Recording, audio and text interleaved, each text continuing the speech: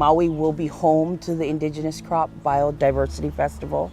I believe the main purpose of the ICBF Festival is to take our message globally.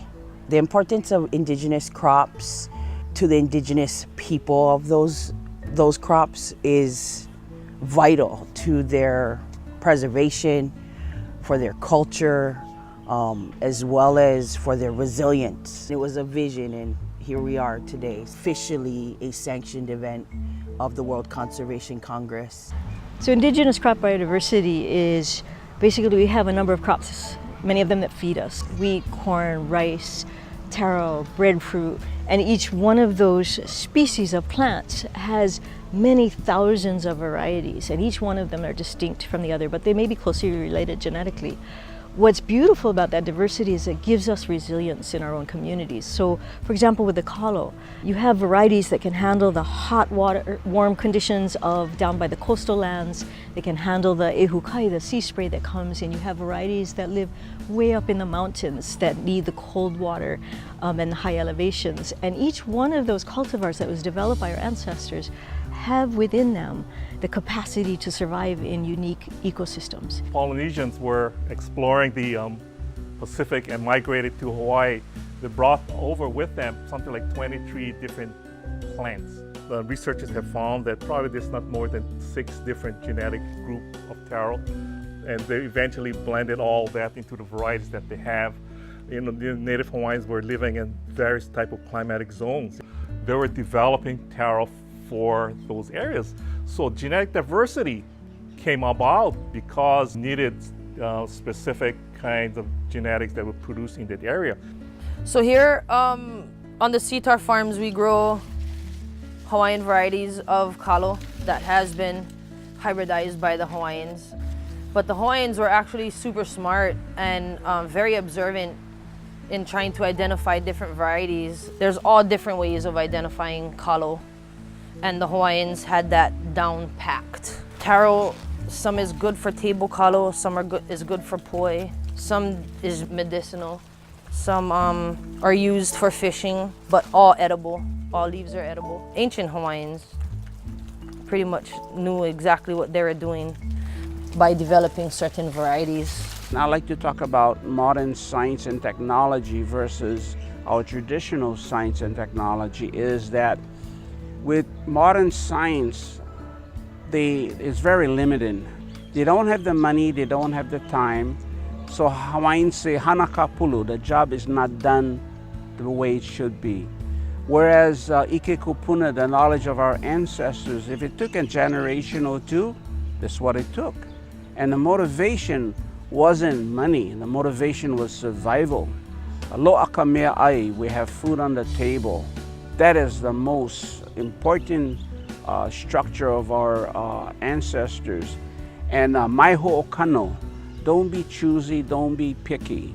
We have a plethora of activities throughout the week. We have wonderful evening events planned, including participation from Maui's halaus and kumus to join in with Hawaiian music. It's going to be wonderful all the way around, economically, culturally. We're going to talk to the whole community, and we want everyone to come out for sure. I'll be sharing with our visitors, many from international visitors, and how we've managed and create a biodiverse environment for raising the crops. We have access to water here, and that really starts the whole process of being able to manage and create a biodiverse environment for raising food crops. When I was asked to be a part of this festival in terms of the protocol, in terms of allowing my voice and the voices of my students to be heard, I really wanted to make sure that we were acknowledging food, we were acknowledging our elders and our kupuna within that landscape of food that feeds us. I think one of the biggest reasons why conservation and indigenous crops are really important to Maui is there's no other place like it in the world. We have everything that we need, from mauka to makai, to sustain ourselves, sustain our na'au as well. When we talk about our na'au, it's everything that we make our decisions with. And so when we think about the foods that we eat, Is it feeding us intellectually? Is it feeding us spiritually? And is it feeding us physically well? And here in Maui, we can do that. For we Hawaiians, food is more than just something you put in your mouth. Food is about spirituality, about connecting to everything that makes us what we are today. Keeping those things alive is like keeping ourselves alive. It was many years ago that I realized how important food, me'ai, is to us.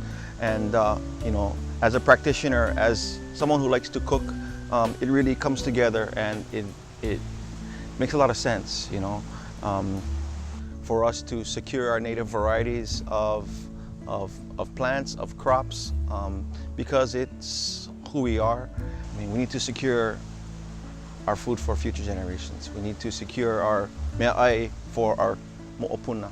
The mission of Mahele Farm, Hana's community farm, is to promote a self-sufficient lifestyle.